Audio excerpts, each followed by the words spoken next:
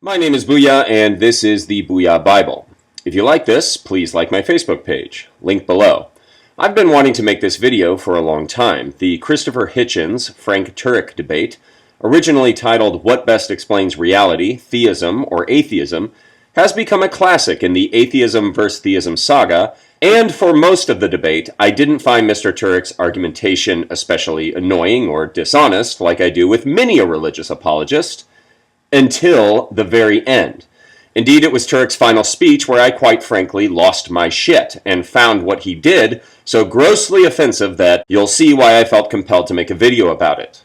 Turek is given the last word, and after trying to explain why he believes the existence of a God is the best explanation for why the universe is the way it is, he decides to throw in a last-minute sales pitch for his own personal God, Jesus Christ. Christopher says in his book that the sacrifice of Christ is immoral. Again, using the language of morality, but is sacrifice really immoral?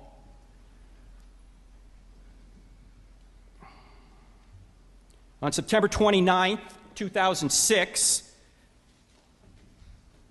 Petty Officer Michael Mansour was a U.S. Navy SEAL. He was serving in Ramadi in Iraq. Petty Officer Mansour had two teammates and had taken a position on the outcropping of a roof when an insurgent grenade bounced off his chest and landed on the roof. Mansour had a clear chance to escape, but he realized that the other two SEALs did not. In that terrible moment, he had two options. He could save himself or save his friends. What an amazing act of heroism. Where are you going with this? For Petty Officer Mansour, this was no choice at all. He threw himself on the grenade and absorbed the blast with his body. He died 30 minutes later. One of the survivors put it this way: Mikey looked death in the face and that day and said, "You cannot take my brothers, I will go in their stead."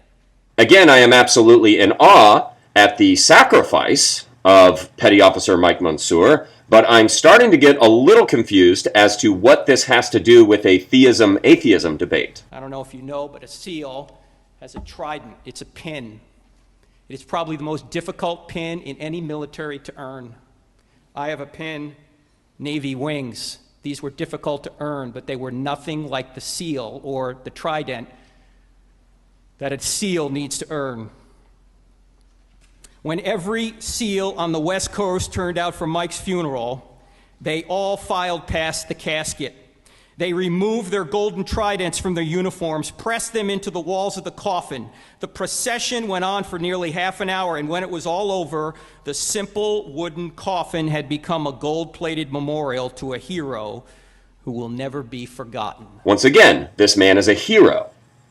Oh, wait, I hope to Jesus you're not... Now I ask you, is sacrifice immoral? Of course sacrifice is not immoral, and Hitchens never made the argument that sacrifice itself was immoral. Where are you going with this? Jesus said this: the greatest love a person can show is to die for his friends. I'm with you, Jesus, and Turek, please get to the point. So while Christopher's attitude may be, there is no God and I hate him, God's attitude is, there is a Christopher Hitchens and I love him. In fact, I died for him. Oh, fuck no. Oh, fuck no. The fuck you just did that. The fuck you just did that. I was worried this sack of shit would try and pull this when he launched into his sacrifice story, a story of an actual sacrifice made by an actual person who actually laid down his life for his friends. But Turek conflating the sacrifice of a soldier with Jesus' supposed sacrifice is disgusting and rampantly repellent. According to you, Turek, Jesus was a God-human who presumably had the power to turn off his pain receptors at will, as any God would be wont to do. Jesus knew the outcome of his enterprise before he even started it. Did Mansour know he was going to die that day? Did he know death was merely a pit stop on his way to heaven, as Jesus supposedly did? Jesus knew he'd be at home in heaven shortly, kicking it with his dad, and that he'd be heading back to earth to see his friends 3 days later. Did Officer Mansour have that luxury?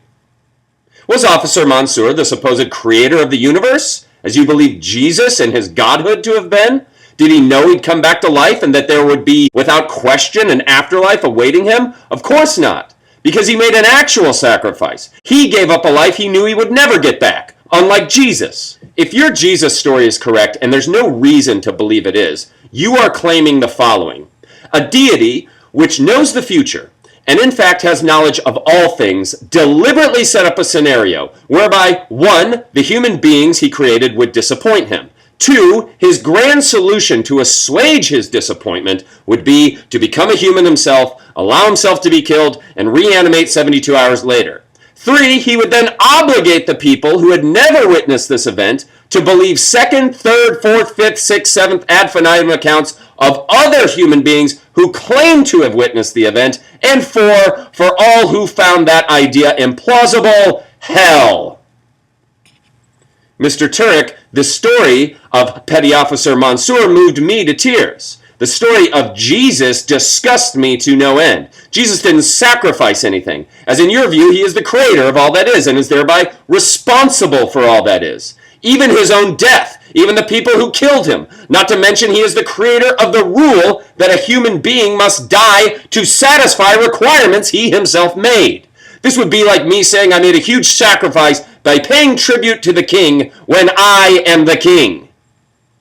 But let's imagine we did a little investigating and found that Mansour engineered his own death that day, knew the grenade was coming, knew he had special powers to reanimate his corpse, and that he would be kicking it with his boys a few days later as if nothing happened. Would we consider that then a sacrifice? Of course not.